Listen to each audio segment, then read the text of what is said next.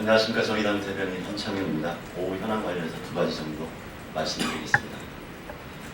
먼저 오늘 이준식 사회부총리와 정부에서 대국민 담화 발표한 내용에 대한 것입니다.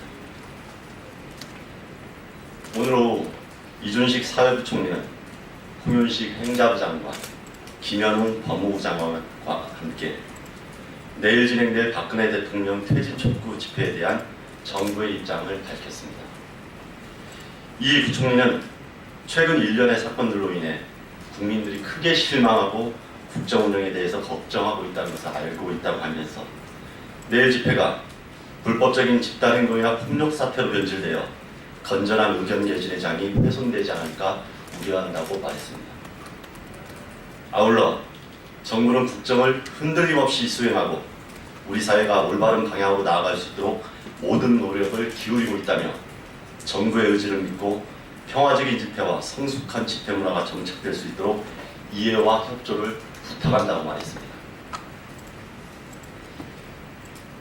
이 같은 담화를 듣는 국민들은 목창이 터집니다. 한마디로 자다가 공창 두드리는 소리입니다.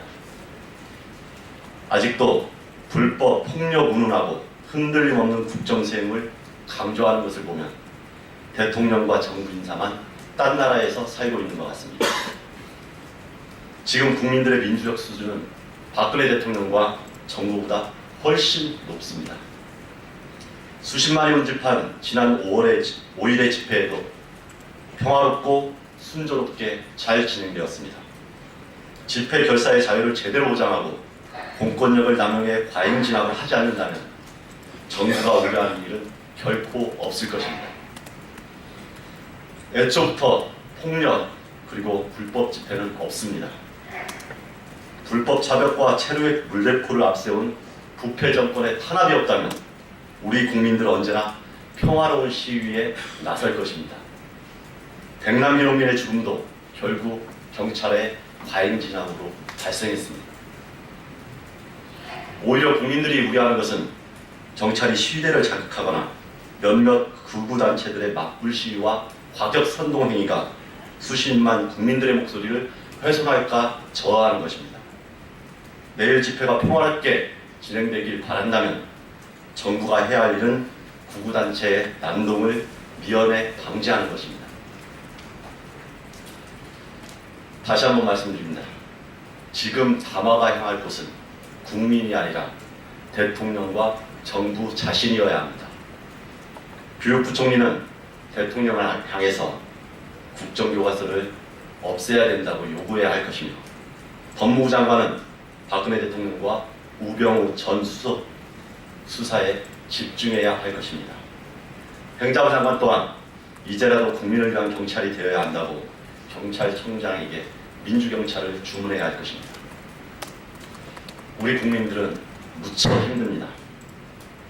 더 이상 자격 없는 사람들의 소음 같은 말들이 국민들 귀에 들어오지 않기를 진심으로 바랍니다.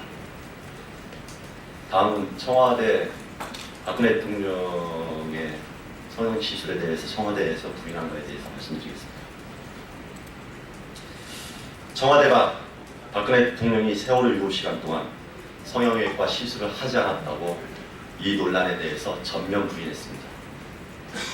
당시 대통령은 청와대에서 정상 업무를 보고 있었으며 최순실 씨의 대리 처방으로 논란이 된 해당 병원장도 다른 곳에서 있었다는 사실이 확인됐다는 것입니다.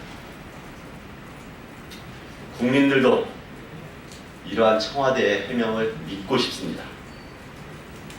대통령이 무고한 목숨이 경각에 달린 국가적 재난 상황에서 이러한 최악의 이유로 자신의 책임을 방기하지 않았을 것이라고 믿고 싶습니다.